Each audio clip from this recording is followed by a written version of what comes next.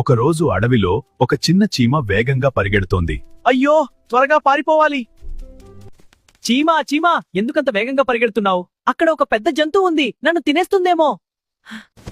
అయ్యో, నన్ను తినేస్తుందేమో, నేను వస్తా. అలా ఎలుక కూడా చీమతో పాటు పరిగెత్తింది. ఏమైంది? ఎందుకలా పరిగెడుతున్నారు? పెద్ద జంతువు ఉంది, నన్ను తినేస్తుంది. అయ్యో, నేను వస్తా. ముగ్గురు కలిసి భయంతో పరిగెత్తారు. ఏమైంది? ఎందుకంత భయం? పెద్ద జంతువు వస్తోంది, నన్ను తినేస్తుంది. అలా నక్క కూడా వారితో పాటు పరిగెత్తింది. పరిగెత్తండి త్వరగా. అయ్యో, ఇక నా వల్ల కాదు. ఇంతకీ ఆ జంతువు ఏది? అదా, పెద్ద గండు చీమ.